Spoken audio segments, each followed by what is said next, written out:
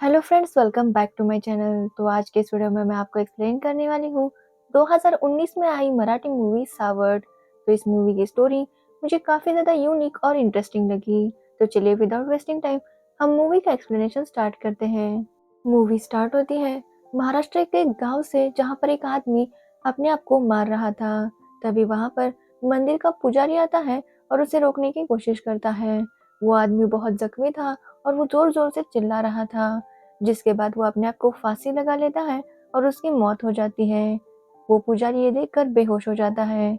फिर कहानी एक साल आगे बढ़ती है, जहाँ पर हम देखते हैं एक गांव में एसीपी आदिति देशमुख आई है। वहाँ का एक केस है जो लोकल पुलिस सॉल्व नहीं कर पा रही थी, इसलिए आदिति को यहाँ पर बुलाया गया है। एक्चुअली उस गांव के पंडित दीनानाथ का मर्डर हो चुका था, लेकिन कुछ भी इंफॉर्मेशन नहीं मिल पा रही थी। आदिति जब आती है, दीनानाथ के सारे रिपोर्ट्स चेक करती है, जिसमें उसे पता चलता है दीनानाथ ने मरने से पहले प्रॉन्स बिरयानी खाई थी और रेड वाइन भी पी थी। आदिति उन होटल वालों को बुला लेती है और उनसे इंक्वायरी करने पर उसे पता चलता है कि दीनानाथ हर संडे को छुपकर उनके होटल में आया करते थे। वो पंडित थे, इसलिए वो सबको नहीं बताना चाहते थे कि वो नॉनवेज खाते हैं। वो होटल वाला बताता है कि उस दिन उनके साथ छोटे पंडित भी आए थे। आदिति को छोटे पंडित पर डाउट आता है, तो वो उसके घर जाती है तलाशी लेने के लिए। वहां पर उसे मर्डर वेपन भी मिल जाता है। पुजारी कबूल कर लेता है कि उसी ने दीनानाथ को मारा था, क्योंकि दीनानाथ को लॉटरी लगी थी और वो छोटे पंडित को चाहिए थी, इसलिए उसने दीनानाथ को मार दिया और जंगल में फेंक दिया। आदिति ये केस सॉल्व कर देती है। ये देखकर इंस्पेक्टर अतुल उससे बहुत ज्यादा इम्प्रेस हो जाते हैं। वहां पर एक आदमी बैठा था जो एक दूसरे गांव से आया था। उसका नाम था गायतोंडे। वो आदमी आदिति को बताता है कि उनके गांव में हर एक साल में कोई ना कोई सुसाइड कर लेता है। 7 साल से यही चल रहा है, और जो भी सुसाइड करता है उसका एक आई विटनेस भी होता है।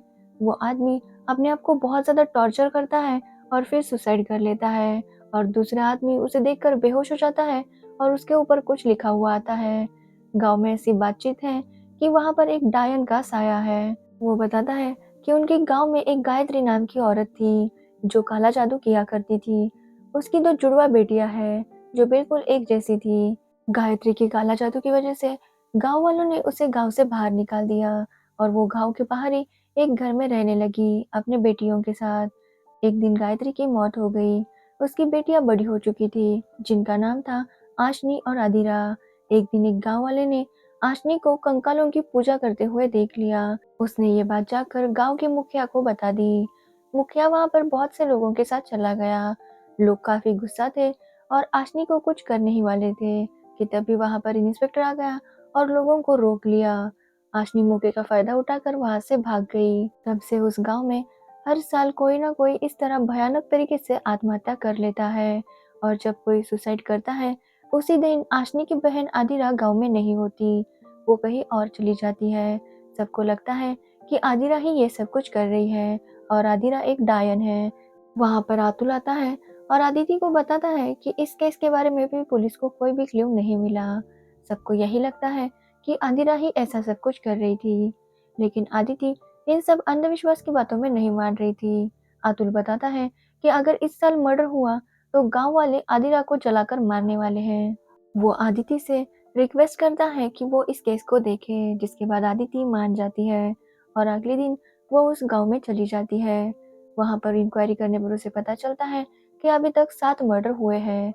आदिति सबसे पहले जाकर गांव की मुखिया वत्सला बाई से मिलती है। वो आदिति को बताती है कि उसे जो भी इन्वेस्टिगेशन करनी है वो बिंदास करे, लेकिन गांव के बाहर जो डायन का घर है वहां पर बिल्कुल भी ना जाए। उसी डायन ने उसके पति और बेटे दोनों को छीना है। उसी की वजह से आज वत्सलाबाई विधवा है। आदिति उनकी बातें सुनती है और इन्वेस्टिगेशन करने के लिए चली जाती है। उसे पता चलता है कि अब तक गांव में 7 मर्डर हो चुके हैं, और जो भी आदमी सुसाइड करता है वो अपने आप को मरने से पहले बहुत ज्यादा टॉर्चर करता है एंड फिर अपने आप को फांसी लगा लेता है, और उसका आई विटनेस भी होता है। उन आई विटनेस को कोई एक डायन का चेहरा दिखाई देता है, जिसके बाद वो बेहोश हो जाते हैं और उनके पीठ पर कुछ लिखा हुआ आता है। हर मर्डर का एक आई विटनेस था। उन आई विटनेस में एक डॉक्टर था, एक टीचर, एक पुजारी और एक लेडी भी थी।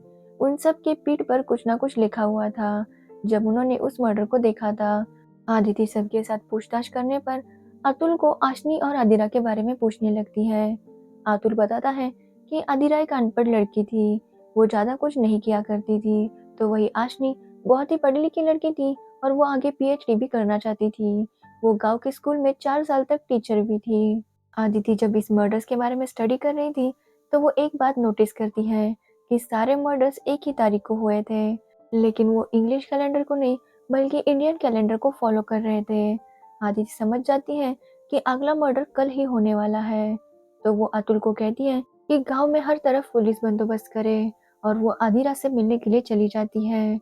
वहां पर वो आदिरा को बताती है कि वो उसकी हेल्प करने के लिए आई है, क्योंकि वो जानती है कि आदिरा कोई डायन वगैरह नहीं है। लेकिन आदिरा के घर के बाहर बहुत सारी हड्डियां लटकी हुई थी। आदिरा उसे बताती है कि वो अपने आप को सेफ रखने के लिए ये सब कुछ करती है। वो अपने बारे में आदिति को बताने लगती है कि उसकी माँ का नाम गायत्री है। कई साल पहले उसके पापा की लाश रेलवे की पटरी पर मिली थी। उसके दादाजी का भी वही हाल था। एक्चुअली उसके पापा और दादाजी अपनी जमीन वापस लेने के लिए लड़ रहे थे, लेकिन उनके साथ ऐसा हुआ। जब उनकी माँ गांव में आई, वो भी प्रोटेस्ट करने लगी कि उनकी जमीन उन्हें वापस दी जाए।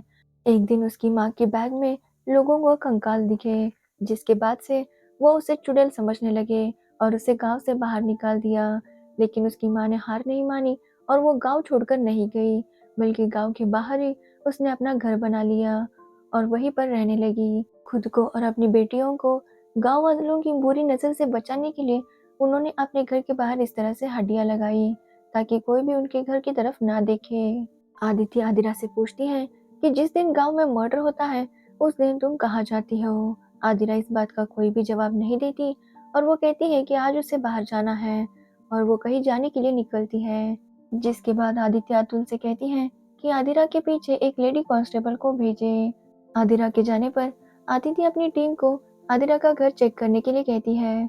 वहां पर उसके असिस्टेंट को कुछ चीजें मिल जाती है जिसे लाकर वो आदिति को दे देता है। तभी आदिति के पास वत्सला बाई आती है और उससे पूछती है कि वो आदिरा के घर क्यों गई, जबकि वो एक डायन है। गई तो गई, वहां पर उसने चाय क्यों पी। आदिति इस बात से गुस्सा हो जाती है। वो कहती है कि हमेशा कमजोर औरत ही क्यों डायन और चुड़ैल होती है। आदिति कहती है कि वो जानती है कि गायत्री के पति की बहुत सारी जमीन थी जिसे मुखिया ने हथिया लिया था। हमेशा ऐसा क्यों होता है कि कोई विधवा या लाचार औरत ही चुड़ैल या डायन होती है, क्यों आपके जैसी कोई बड़ी घर की औरत डायन कभी नहीं बनती। ये सुन के मुखिया थोड़ी सी डर जाती है, लेकिन वो आदिति को बताती है कि अगर आप फिर से मर्डर हुआ तो वो आदिरा को जिंदा जलाएंगे। आदिति कहती है कि अब उनका राज नहीं चलेगा, लॉ और कानून भी कोई चीज होती है। ये कहकर वहां से चली जाती है। रात को आदिति को खबर मिलती है कि गायतोंडे का भी सेम उसी तरह मर्डर हो चुका है। आदिति वहां पर आती है और उसकी बॉडी को अच्छे से देखने लगती है।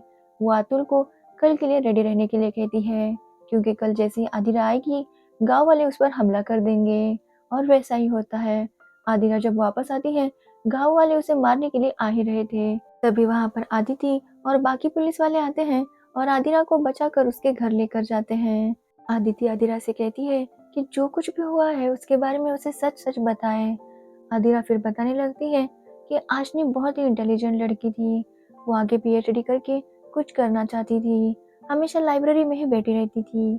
एक दिन आशनी को गांव के बाहर कुछ हड्डियां मिली, जिसे इन्वेस्टिगेशन करने पर उसे पता चला कि ये हड्डियां 400 साल पुरानी है।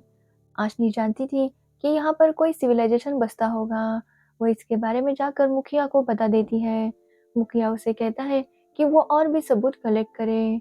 जिसके बाद आशनी जाकर उन हड्डियों को निकालने लगती है। मुखिया गांव वालों को लेकर वहां जाता है और सबको बताने लगता है कि ये लड़की हड्डियों की पूजा कर रही है, ये काला जादू करना चाहती है। गांव वाले इस बात से गुस्सा होते हैं और वो आशनी को मारना चाहते थे। तभी वहां पर पुलिस वाला आया, लेकिन उसके साथ लेडी कांस्टेबल नहीं थी, इसलिए उसने आशनी को नहीं पकड़ा, बल्कि वत्सलाबाई आशनी को लेकर अपने घर गई। वहां जाकर वो उसे डांटने लगती है और धमकाती है, जिसके बाद आशनी भागकर अपने घर आ जाती है। वो आदिरा को बताती है कि गांव वाले उसे मारना चाहते हैं। वो जो कुछ भी हुआ आदिरा को बताती है। तभी वहां पर गांव वाले आते हैं और आशनी को एक वुडन बॉक्स में रखकर कहीं ले जाते हैं। उसके बाद आशनी का क्या हुआ, किसी को भी नहीं पता। इसलिए हर साल आदिरा इसी दिन को आशनी का श्राद्ध करने के लिए कही जाती है। ये सब कुछ मुखिया ने इसलिए किया क्योंकि अगर गवर्नमेंट को पता चल जाता कि यहाँ पर हड्डियां पाई गई है 400 साल पुरानी, तो ये आर्कोलॉजिकल साइट बन जाती और मुखिया के हाथ से जमीन चली जाती। इसलिए उसने आशनी को इस तरह से फंसाया। आदिरा की बातें सुनने पर आदिति इमोशनल हो जाती है। उसे अपनी बातें याद आने लगती हैं। एक्चुअली आदिति के बेटे की डेथ हो चुकी थी। आदिति एक दिन फोन पर थोड़ी बिजी थी, तभी उसके बेटे का एक्सीडेंट हो गया। उसकी डेथ के बाद सब लोग आदिति को ही ब्लेम कर रहे थे कि उसी की वजह से उसके बेटे की मौत हुई। यहाँ तक कि आदिति का पति भी उसे छोड़कर चला गया। उसका कहना था कि वो बिल्कुल भी अच्छी माँ नहीं है, वो एक डायन है। तब से आदिति को लग रहा था कि वो कितनी बुरी औरत है। लेकिन आदिति अपने इमोशंस को कंट्रोल करती है और केस के बारे में छानबीन करने लगती है। उसे एक इम्पोर्टेंट क्लू मिलता है, जिसके बाद वो सबको मास्टर के घर बुलाती है, सारे आई विटनेसेस को और आदिरा को भी। यहाँ पर सारे राज खुलते हैं। एक्चुअली इन सारे मर्डर्स का मास्टरमाइंड कोई और नहीं बल्कि गांव का मास्टर था। वो बताते हैं कि कई साल पहले गायत्री के पति को मुखिया ने ही मार दिया था ताकि वो उसकी जमीन हथिया सके। जिसके बाद गांव वालों ने गायत्री को चुड़ैल बना दिया, लेकिन मास्टर को उससे सिंपैथी होने लगी। जिसके बाद वो दोनों एक दूसरे से मिलने लगे। आशनी और गायत्री मास्टर की ही बेटियां हैं। वो गायत्री से शादी करना चाहते थे, लेकिन गांव वालों की वजह से नहीं कर पाए। एक्चुअली मास्टर ने आशनी के गायब होने पर ये सारे मर्डर्स प्लान किए। एक्चुअली वो पता करना चाहते थे कि आशनी कहाँ पर है। उन्होंने इतने मर्डर्स किए, लेकिन किसी को भी नहीं पता था कि आशनी के साथ क्या हुआ। उस दिन आशनी को लेकर कुछ गांव वाले वहां से निकले थे, लेकिन आशनी को एक ट्रक में रखा गया। जिसके बाद मुखिया का बेटा संग्राम ही उसे लेकर कहीं चला गया था, लेकिन उसका एक्सीडेंट हो गया और उसकी ऑन द स्पॉट डेथ हो गई थी। जिसके बाद आशनी कहाँ है ये किसी को भी नहीं पता था। वो इन सारे मर्डर्स का ब्लेम खुद पर लेते हैं और बाकी सबको छोड़ देने के लिए रिक्वेस्ट करते हैं। उन्होंने सारे मर्डर्स की वीडियो भी बनाई थी क्योंकि उन्हें पता था कि एक न एक दिन वो पकड़े जाएंगे। यहाँ पर आने से पहले ही उन्होंने पॉइजन खा लिया था।